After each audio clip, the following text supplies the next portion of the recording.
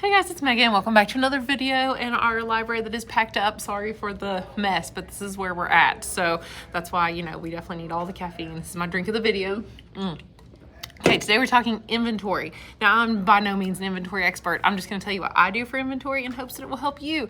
So I'm going to show you a couple different things. I'm going to give you some of my tips. Then I'm going to switch to a screen recording of me showing you how to do inventory on the screen. And then we'll switch back here and I'll give you a few more tips. So first is getting all of your supplies together. So for supplies, you obviously need computers. I usually do 2 computers because, let me go ahead and tell you one of my tips, is we have discovered that we have 2 computers going at the same time, but they're both logged in as me on my account. If 2 people scan at the exact same second, it only registers one of the 2 books. Now, maybe you found that that's not true anymore, but we tested that several years ago and it was true. So what we have to do is we have to log one computer in as me and one computer as my aide, who also has like an account that has all the permissions for inventory and everything, like an admin account. And then when 2 people scan a book at the exact same time, then it's fine. But so I have discovered, I don't know, like I said, I haven't tested it in a while, but you could try it out and see. But I've discovered, at least in the past, that if you scan 2 books at the same time, it only inventories one of them.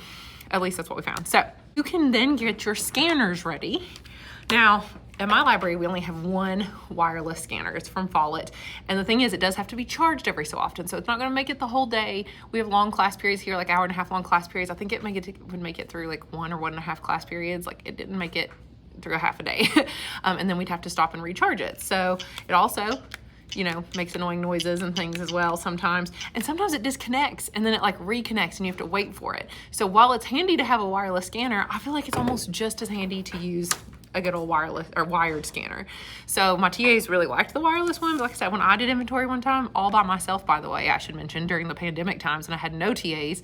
So it was me doing the entire library. It only took me about 2.5 days to inventory 12,000 books by myself, but I was listening to an audiobook, and honestly, I wasn't even here that long each day. It wasn't even a full day. So really it's not terrible. And obviously TAs can do it even faster. And finally, and I found this very handy. I dropped a bunch of them. These little slips. It just says inventory complete on above shelf. And we have hundreds of them. Like this is just not even all of them that we used. This was extras left over.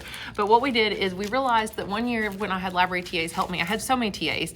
And now we have block scheduling. So I have some TAs on Monday, Wednesday, some on Tuesday, Thursdays, and I have all of them on Fridays.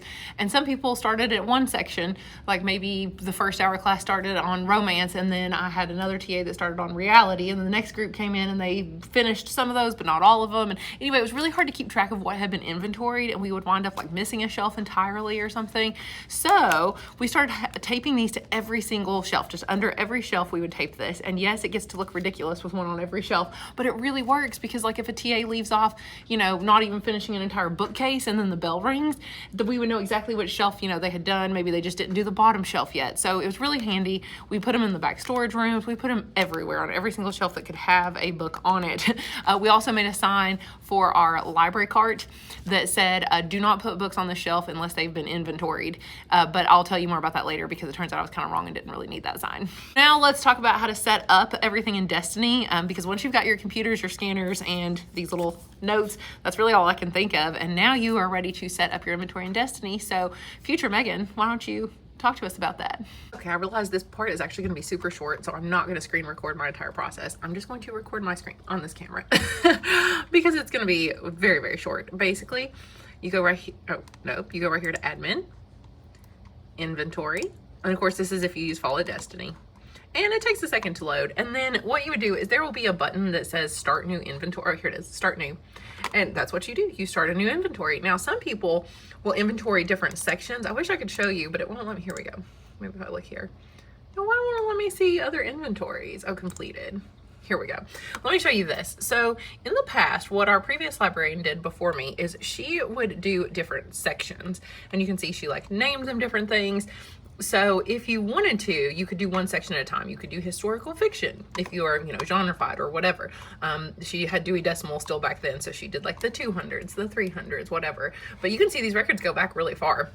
So if you wanted to go back and see any old things or whatever, you could. But she usually did it this way, and I just do it all at once.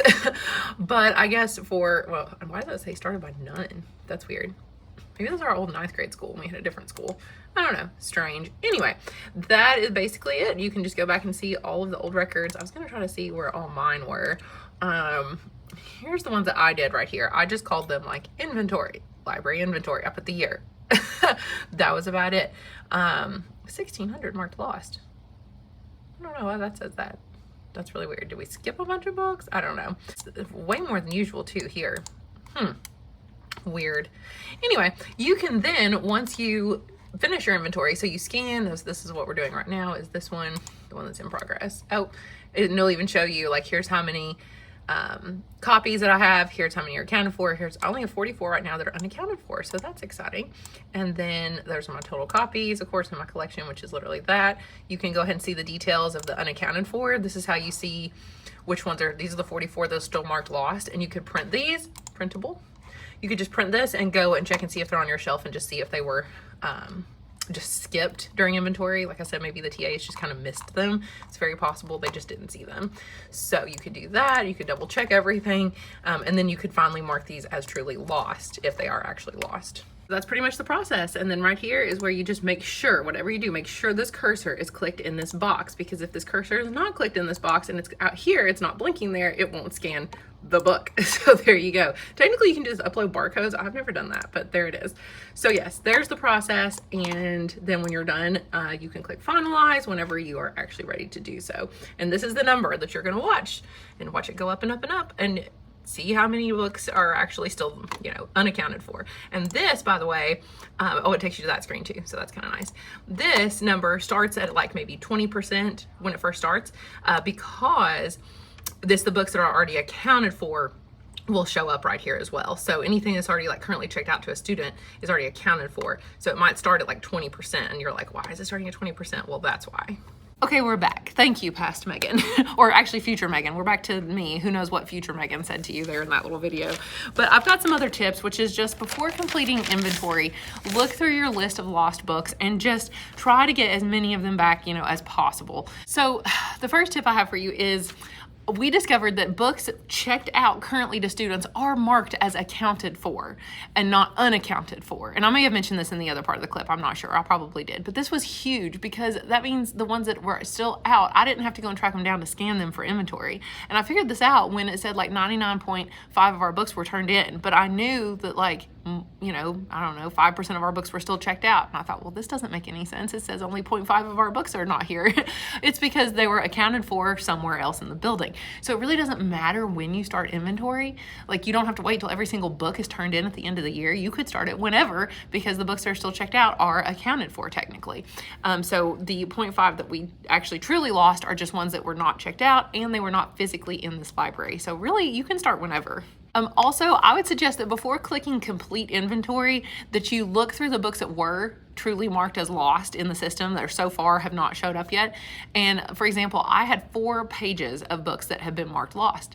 And I thought, you know, I feel like that's not accurate. I feel like maybe some of my TAs just skipped those books, and it turns out, yes, they were on the shelves. My TAs just missed them. They were either stuck way back in the shelves, or maybe they just got distracted. One was a book inside a book. So sometimes your TAs will miss things, or whoever's doing inventory, if it's not you yourself. So I went and all 4 pages of lost books, which, yes, it took a little while. Not actually that long, like maybe 2 class periods, like off and on, not even the whole time. But I went and looked at every single book that was marked lost, and I found half of them. So now I was down to just 2 pages of lost books instead of 4, because half of them were actually out there and they weren't truly lost. So yes, mistakes can be made, and you probably want to double check. I also don't really care when I actually click to like finalize the inventory. A lot of times I wait and do it the next school year. Like maybe some books will show up at the beginning of the year. Teachers found things in their classrooms over the summer, and they'll come turn it in and say, oh my gosh, I didn't know I had this or whatever, because it doesn't really matter. So a lot of times I'll just wait till the next school year. So just click finalize whenever you want. Also, you know, just no mistakes happen. Like I had a TA one year who missed the entire bottom of a sci-fi shelf. Like just didn't do the whole shelf, because as we were scanning it, it said every single book had been marked lost on that shelf. So they might skip a shelf. It doesn't matter. They were marked lost and now they're not. So like, who cares? Finally, I discovered something very interesting. We were going through a very big weeding process. We were heavily weeding our nonfiction books and got rid of somewhere between half to 2/3 of our nonfiction because it was really old and outdated. That might be a whole other video about how we did that and how many we got rid of and stuff. So what I discovered, I thought, oh my gosh, how's this gonna work where we're deleting books that we have not actually scanned for inventory yet? So it originally, when I first opened the inventory, it thought that I had those books. But if I discard them from the system, how's it gonna know that I don't have them anymore? I didn't know what it was gonna do. Well, here's what we did. We looked at the percentage that it said we'd completed of inventory. Let's say we completed 90% of our inventory. And then let's say I had some of my TAs delete like 200 books from the system because we got rid of a ton. I looked back at the inventory numbers. We had not scanned a single other book for inventory, but I looked back at the inventory numbers and it said that now we had like 92% of our inventory complete. So it knew that I was getting rid of those books, and it knew not to worry about having them accounted for anymore. It just totally took them out. So I was very glad about that. I didn't know how that would work. I kind of didn't even think about it, that we were doing the two things at the same time, inventory and weeding, and just know that it's okay. We've discovered that you can do both at the same time, and it will just take them out of the inventory period, and you don't have to scan them. So you might as well weed first because then you don't have to worry about scanning them for inventory. So hopefully, guys, this was somewhat helpful, and thank you so much for watching. If you have any questions, let me know. Like I said, I'm sure there are tons of other tips and tricks and things that I don't do. So if you guys have any advice for me, this is just how I've done it for 5 years now, which I mean, well, 6 years? Yeah, I've done it for 6 years now. So it's not like I've done that many inventories. So anyway, thank you guys so much for watching, and I will see you again soon. Bye.